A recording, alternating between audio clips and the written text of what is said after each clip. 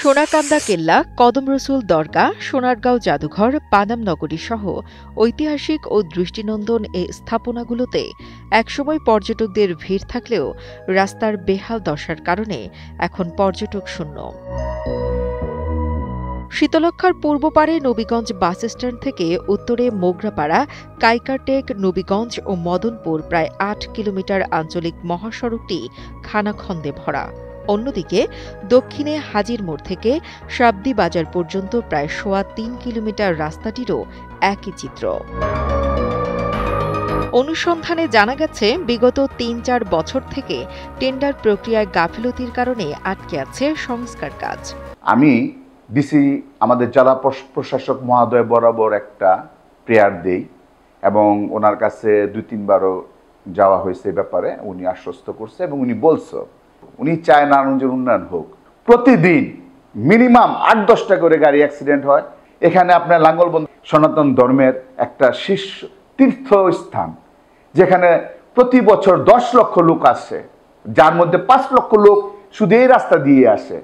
শাবদি হচ্ছে ফুলের সাম্রাজ্য। নারায়ণগঞ্জ মানুষের নিঃশ্বাস ফেলার কোথাও জায়গা নাই। তারা বন্দরে ছুটে চলে আসে শুধু শাবদি দেখার জন্য। তারা এখানে আসলে প্রাণ ফিরে পায়। এখানে বিনোদন কেন্দ্র আছে, তারা এখানে আসতে পারে না একটা মাত্র এই রাস্তার জন্য। সংস্কারের অভাবে এই রাস্তার চলাচলে প্রতিনিয়ত দুর্ভোগের শিকার হচ্ছে এলাকাবাসী। রাস্তায় খানাখন্দের কারণে আয় কমেছে খেটে খাওয়া মানুষের।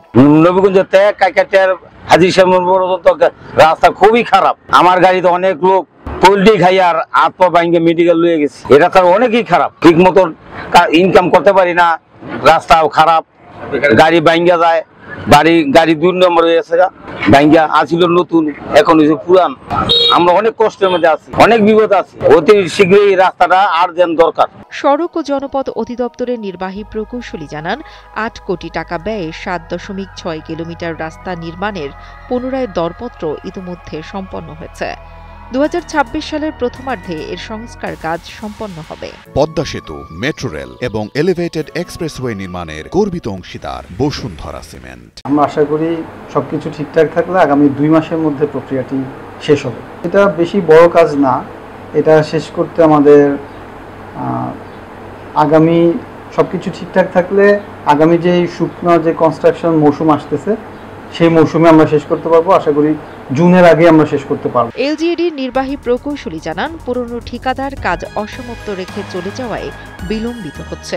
আনফরচুনেটলি এই কাজটা যে ঠিকাদার পেয়েছিল আবুল কালাম হাজারি, উনি এখান থেকে গত জুলাইয়ের পর থেকে তাকে পাওয়া যায় না, পাওয়ার কারণে আমরা এটা পরবর্তীতে পরে টুকটাক করে কাজ চলাকালীন আমরা দেখলাম ডিসেম্বর মাসের পরে সে আর কোনো কাজ করছে না। তো জানুয়ারি ফেব্রুয়ারি আমাদের যে প্রসিডিউর আছে সেই প্রসিডিউর অনুযায়ী আমরা মার্চ মাসে থেকে ক্যান্সেল করে দিই। গত মার্চে ক্যান্সেল করার পরে আমরা নতুন টেন্ডার করার জন্য তাকে সেই ঠিকাদারের কাছ থেকে দেনা পাওনা যেগুলো থাকে গভর্নমেন্টের রুলস অনুযায়ী, সেই দেনা পাওনা অনুযায়ী তার ব্যাংক এনকেশমেন্ট করা, তাকে জরিমানা করা এবং তাকে ডিবার করা, এই কাজগুলো ইতিমধ্যে আমরা করে ফেলেছি বিগত কাজটা। এবং পুরাতন নতুন কাজটার জন্য আমরা নতুন টেন্ডার করে নতুন এস্টিমেট করে পাঠিয়েছি হেডকোয়ার্টারে। এ ব্যাপারে বন্দর উপজেলা নির্বাহী কর্মকর্তা মোহাম্মদ মুস্তাফিজুর রহমান জানান, টেন্ডারটি প্রক্রিয়াধীন, আগামী ৩ মাসের মধ্যেই এর সুফল পাওয়া যাবে বলেও জানান এই কর্মকর্তা। হাজী সাহেবের মোড় থেকে শাবদি বাজার পর্যন্ত এই রাস্তাটা খুবই গুরুত্বপূর্ণ রাস্তা এবং এই রাস্তার ওই এলাকাতে 2টা পার্ক আছে এবং একটা স্কুল আছে এবং ওখানে বিকালে যে নদী আছে, নদীর তীরে প্রচুর মানুষ ওখানে ঘুরতে আসে। রাস্তাটা খুবই গুরুত্বপূর্ণ, কিন্তু রাস্তাটা বেশ কিছুদিন হলো রাস্তাটা ভেঙে গেছে। তো এই রাস্তাটা একবার টেন্ডার দেওয়া হয়েছিল, তো টেন্ডার দেওয়া হওয়ার পরে 5 তারিখের পরে সে ঠিকাদার কাজ না করার কারণে এটা আবার এস্টিমেট করে জেলায় পাঠানো হয়েছে, ওখান থেকে অধিদপ্তরে পাঠানো হয়েছে।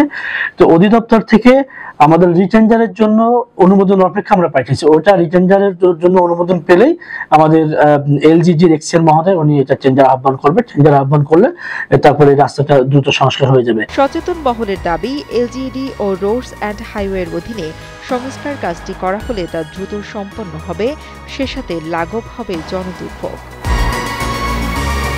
সুভাষ সাহার পাঠানো তথ্য ও ভিডিও চিত্রে ডেস্ক রিপোর্ট, কালের কণ্ঠ।